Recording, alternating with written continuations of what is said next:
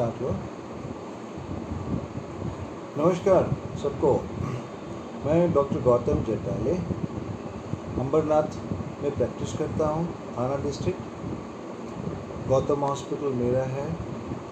मैं consultant physician, cardiologist and special interest in diabetes है। आज आपको डायबिटीज़ के बारे में करेंगे हम लोग। एक्चुअली डायबिटीज़ सब लोगों के लिए एक हवा जैसे हो गया है ना। हवा क्या है, कैसे हुआ, क्या करना है, उम्र भर ये करना पड़ेगा, हमेशा के लिए ये दवाइयाँ और ये खाने का रेस्ट्रिक्शन हो गया, वो ऐसा एक दहशत हो जाती है सबके मन में। खैर उतना बुरा नहीं है। डायबिटीज़ एक किस्म से कमतरता है बॉडी में। पैंक्रियाज एक ग्रंथि होती है जो इंसुलिन पैदा करता है, और ये इंसुलिन आपके बॉडी में आके जो आप खाते पीते हैं उसको डाइजेस्ट करता है, प्लस जो शुगर है उसको नॉर्मल रखता है। डाइजेस्ट करने का काम इंसुलिन का होता है। जिनको डायबिटीज़ हुई है उनके पैंक्रियाज में इंसुलिन कम पैदा होता है। कम पैदा होने की वजह से इवन नॉर्मल खाना भी कोई खाता है तो शुगर उतनी डाइजेस्ट नहीं होती है, इसलिए शुगर ब्लड में बढ़ जाती है। इसको टेस्ट करेंगे, इसको ब्लड शुगर बोलते हैं, तो ब्लड शुगर नॉर्मल से ज़्यादा होती है। बेसिकली ये इस बीमारी का मूल तत्व है। डायबिटीज़ मेलाइटस जिसको बोलते हैं, इसके बहुत सारे प्रकार होते हैं। एक होता है टाइप 1 डायबिटीज़ जो जनरली बच्चों में होता है। इनके बॉडी में पैंक्रियास इंसुलिन प्रोड्यूस करता ही नहीं है, सो इनको तो बिगिनिंग से इंसुलिन के इंजेक्शन लेने पड़ते हैं। वही इंसुलिन जो आपका पैंक्रियास पैदा करता है वो आपको बाहर से लेना होता है। दूसरा होता है टाइप 2 डायबिटीज़ जिसको मैच्योरिटी ऑनसेट डायबिटीज़ बोलते हैं, जो जनरली 35-40 साल के बाद होता है। ये मैच्योरिटी ऑनसेट डायबिटीज़ हो गया। फिर अलग अलग बहुत सारे प्रकार के डायबिटीज़ होते हैं जो अडल्ट इंड्यूस्ड होते हैं, जो बीमारी रिलेटेड होते हैं। जैसे GDM होता है। GDM is gestational diabetes mellitus.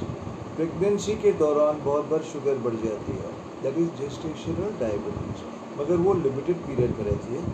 Most of the time delivery के बाद वो नॉर्मल भी हो जाता है। So that is another thing. और आजकल जो नया कॉन्सेप्ट निकला है, इनफैक्ट ये हमारे गाइडलाइंस हैं from diabetic association of the world कि 25 साल के ऊपर हर पेशेंट को अपना ब्लड शुगर चेक करना चाहिए, और उसके बाद हर साल करना चाहिए। ये इसलिए करते हैं कि डायबिटीज़ होने के पहले जो स्टेज है उसको प्री डायबिटीज़ बोलते हैं।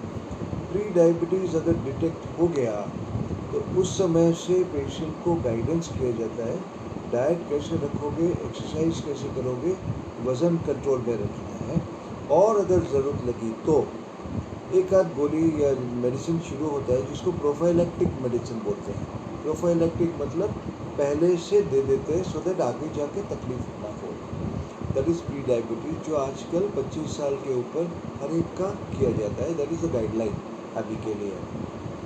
तो बेसिकली इंसुलिन कम है बॉडी में, खाने में जो कुछ आप खाते हैं वो शुगर डाइजेस्ट नहीं करता है। सो इसको ट्रीटमेंट कैसे करते हैं, इसके सिम्टम्स कैसे होते हैं। जनरली अडल्ट्स में मैंने जैसे बताया 35-40 के बाद होता है ना।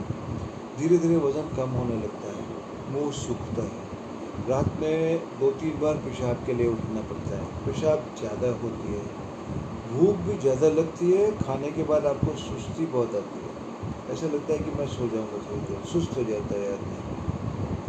पैरों में दर्द रहता है, स्पेशली काफ में जो, और दूसरा पैरों में तलपाई में, जैसे तलवों में बहुत मूंगी जैसी आती है, जलन होती है। दिखाई देने में बहुत बार फ़र्क आ जाता है। नंबर चेंज होता है, शुगर बढ़ने से ब्लड में, वही ब्लड आपके आँख में भी सर्कुलेट करता है, तो आपको थोड़ा थोड़ा धुंधला दिखाई देना शुरू होता है। These are some of the symptoms जिसके वजह से आपको डायबिटीज़ चेक करना चाहिए।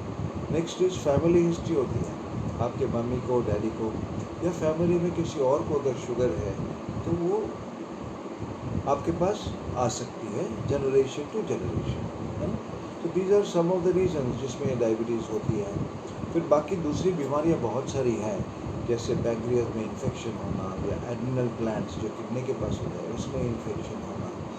कुछ कुछ दवाइयाँ हैं जो डॉक्टर पेशेंट को देते हैं किसी पर्टिकुलर बीमारी के लिए, जिसकी वजह से वापस शुगर बढ़ सकती है बॉडी में। स्टीरॉइड्स एक एग्जाम्पल है इसका। सो ऐसे मल्टीपल कारण होते हैं जो तो खैर आपको एक बार मालूम पड़ गया तो डॉक्टर ही बताएगा पूरा चेक करने के बाद में। उसके लिए एक और टेस्ट होता है जिसको HbA1c बोलते हैं। ये आपके पिछले 3 महीने का एवरेज रिकॉर्ड दिखाता है शुगर कैसा है। सो डायबिटिक पेशेंट को हर 3-4 महीने में एक बार ये टेस्ट कर लेना चाहिए, तो पिछले 3 महीने में उसका रिकॉर्ड कैसा था वो समझता है। ये हो गई बीमारी के बारे में। अब एक बार हो गया तो इसको करेंगे कैसे। इसका main treatment is in 3 lines. पहला डाइट, दूसरा एक्सरसाइज और तीसरा दवाइयाँ। चौथा इस इंसुलिन के इंजेक्शंस। बहुत बार पेशेंट ये एक्सरसाइज और डाइट छोड़ देते हैं क्योंकि टाइम नहीं है, घर में मेरे लिए अलग कैसे बनेगा, कौन बनाएगा, या इसे सब खाना कब खा सकेंगे, टाइम कहाँ है, घर में ये है वो, बहुत सारे बहाने हैं जो वो लोग एक्सरसाइज भी नहीं कर सकते एंड खाने में भी कंट्रोल नहीं कर सकते। उनको टैबलेट्स चाहिए। तो सिर्फ दवाइयों पे अगर आप रहोगे, धीरे धीरे दवाइयों का डोज बढ़ेगा। एक स्टेज ऐसे आएगा जब दवाइयाँ काम नहीं करेंगी, पैंक्रियास इंसुलिन बंद कर देगा और आपको इंजेक्शन लगाने पड़ते हैं, राइट। सो डाइट में बेसिकली क्या है, मीठी चीज़ आपको बंद करनी है, जैसे मीठी सब्जी, आलू, रतालू, बीट, गाजर, ढोकला, है ना, मीठे फल, केला, चीकू, सीताफल, पपैया, आम, है ना। इसके अलावा दूसरा कोई भी एक फ्रूट रोज चलता है, बाकी की सब्जियां चलती हैं, मगर वो बनाते समय उसमें तेल उतना ही डालना है जितना छौंक के लिए ज़रूरी है। बहुत सारा तेल डाल के फ्राई करके कर देंगे वो नहीं चलता, ठीक है ना। तली हुई चीज़ें एकदम कम करना है, जो स्वाद के लिए कभी कभी खाई तो चलता है, अदरवाइज नहीं लेंगे। फ्राई चीज़ें बंद करना है। शक्कर या कोई भी दूसरी मीठी चीज़ का यूज़ नहीं करते हैं। शक्कर तो बिल्कुल नहीं, भूल जाओ। शक्कर को तो 100 चीज़ें हैं जिसमें शक्कर होती है, jam, jelly, biscuit, chocolates, laddu, peda, barfi, this so many things. वो तो बिल्कुल नहीं लेना। कभी कभार मन किया तो नेचुरल मीठा जो होता है ना, जैसे एक आध मीठे फल का एक पीस, तो गुड़ का एक पीस, शहद की आधी चम्मच, खजूर है, इस किस्म की कोई भी चीज़ ली जा सकती है, just to satisfy the tongue. कभी कभी मीठा खाने का मन करता है तो इस तरीके से किया जा सकता है। बाकी डाइट में आपको भूखा नहीं रहना है या कम नहीं खाना है। खाओगे पेट भर के, आपके क्वांटिटी में फ़र्क नहीं किया है, क्वालिटी में फ़र्क किया है। तली हुई चीज़, मीठी चीज़, कार्बोहाइड्रेट वाली चीज़ नहीं लेना है। प्रोटीन्स बिल्कुल चलता है, हाई प्रोटीन डाइट, वो जैसे कि स्प्राउट्स वगैरह में होता है, नॉन वेजिटेरियन फूड में होता है, सोयाबीन में है, चना में है, इस तरीके की चीज़ें बिल्कुल ले सकते हैं, है ना। So that will be regarding basically the diet. ये मैं सब मोटी मोटी बातें बता रहा हूँ आपको। Number 2 is exercise. Ideally exercise 45 minute से ज़्यादा होना चाहिए। जब वॉक करते हैं ना, it should be more than 45 minutes. उसी के बाद आपका फैट बर्निंग शुरू होता है, जब तक तो सिर्फ ग्लूकोज का डाइजेशन शुरू हो जाता है। Minimum 45 minutes to 1 hour, right. And brisk walk करना है। वो ऐसे हम घूमते घूमते जाना है, या जैसे बहुत लोग ना वो डॉग को अपना घुमाने के लिए लेके जाते हैं, उसमें आपका एक्सरसाइज नहीं होता है, डॉग का हो जाता है। तो वैसा नहीं है, 1 घंटे का ब्रिस्क वॉक होना चाहिए, जिसमें आपका पल्स रेट जो शुरू करते हैं आप, उसके बाद 1.5 गुना बढ़ना चाहिए। तो समझो 75 आपका पल्स था तो करीब 125 तक जाना चाहिए। That is the rate at which you must walk. उसके बाद थोड़ा फ्री हैंड एक्सरसाइजेस करेंगे, योगा एक्सरसाइजेस करेंगे, मगर ये एक्सरसाइज रेगुलरली करना बहुत ज़रूरी है। शुगर डाइजेस्ट हो जाता है, वज़न कंट्रोल में रहता है, शुगर डाइजेस्ट हो जाता है, that is very important. And वज़न कंट्रोल में करना बहुत ज़रूरी है। जितना ज़्यादा वज़न बढ़ेगा, चर्बी का प्रमाण बढ़ता है, आपका शुगर कभी कंट्रोल में नहीं रहेगा, not possible. Number 2 is exercise. तीसरी दवाइयाँ होती है। दवाइयों में बहुत सारे वैरायटी की दवाइयाँ अभी निकली है। शुरू में तो जब मैंने प्रैक्टिस शुरू की थी, आज से 40 साल पहले, 1 या 2 किस्म की गोलियाँ होती थी, मगर उस समय डायबिटीज़ के पेशेंट भी एक आध दूसरा कोई दिखाई दिया तो दिखाई दिया। अब ये बहुत बढ़ गए हैं। सो गोलियाँ अलग अलग किस्म से अलग अलग तरीके से असर करती हैं। एक गोली ऐसे होती है जो पैंक्रियास को स्टिमुलेट करती है, इंसुलिन बढ़ाओ। दूसरी गोली ऐसे होती है जो ब्लड में जो शुगर है उसको डाइजेस्ट करती है। तीसरी मसल्स पे एक्ट करती है, सो दैट मसल आपका शुगर डाइजेस्ट कर लेगा अपने अंदर बराबर उसमें लेके, फिर that it can digest it out, है ना। सो ऐसा there are multiple class of medicine जो आपको डॉक्टर उस समय देख के किस तरीके की आपकी सेहत है, किस तरीके की आपकी बॉडी की बिल्ड है, कॉन्स्टिट्यूशन है, उससे दवाइयाँ मिलेगी। एक स्टेज ऐसे आता है जब पैंक्रियास का इंसुलिन बहुत ही कम प्रोड्यूस होता है और टैबलेट्स उतना इफेक्ट नहीं करते हैं। उस समय आपको इंसुलिन लेना होता है, तो खाने के पहले लेते हैं। उसका डोज क्या है, कैसा है, वो फिर डॉक्टर डिसाइड करता है। जनरली एक बार इंसुलिन शुरू हो गया तो फिर उसको वापस से गोली में कन्वर्ट करना मुश्किल होता है, राइट। ये डाइट बहुत बहुत ज़रूरी है। इसमें आपको सलाड्स बहुत ज़्यादा होगा और फिर बाकी करना।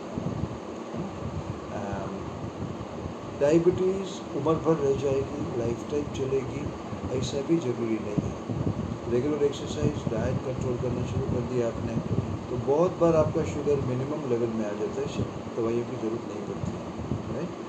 दूसरा, इसमें बहुत सारी नेचुरल आयुर्वेदिक दवाइयाँ हैं, राइट। आयुर्वेदिक दवाइयाँ मतलब जो ये जड़ी बूटी वगैरह मिलती है, वो आपको मार्केट से डब्बी में नहीं खरीदना है। वो आपको ऐसी जड़ी बूटी लेके आना और घर में बनाना है, राइट। उसका पाउडर बना के या पेस्ट बना के घर में यूज़ करते हैं। वो जैसे जामुन के बीज हैं, मेथी दाना है,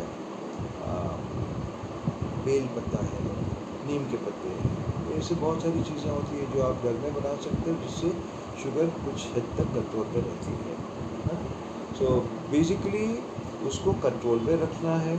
कंट्रोल में रहेंगे तो फिर ये शुगर आपको कभी तकलीफ नहीं देगा। अगर इसको कंट्रोल नहीं किया बहुत सारे पेशेंट उसको लाइटली लेते हैं, उम्र भर कौन करेगा, ये कैसे होने वाला है, कोई करता नहीं है, घर में इस सब में अकेले के लिए कौन कर सकेगा, नहीं करते हैं। तो फिर ये डायबिटीज़ अगर बहुत साल तक चला तो आपको आगे कॉम्प्लिकेशन देगा। और इसके कॉम्प्लिकेशन हार्ट में होते हैं, किडनी में होता है, लिवर में होता है, आँखों में होता है, ब्रेन में होता है। बहुत जगह इससे कॉम्प्लिकेशन, आँखों की रोशनी एकदम कम होती जाती है, हार्ट में हार्ट अटैक जैसी चीज़ होती है, ब्रेन में पैरालिसिस, स्ट्रोक हो सकता है, दोनों किडनी धीरे धीरे काम करना बंद करती है। सो इसके कॉम्प्लिकेशन होने के पहले शुगर को बहुत सीरियसली लेना है और कंट्रोल में रखना है। बाकी उससे डरने की ज़रूरत नहीं है या घबराने की ज़रूरत नहीं है। एक लाइफस्टाइल मॉडिफिकेशन करेंगे तो फिर ये प्रॉब्लम सॉल्व हो जाती है ना। So if anybody has diabetes, all the best, follow these instructions, सब कुछ ठीक होना चाहिए। Thank you.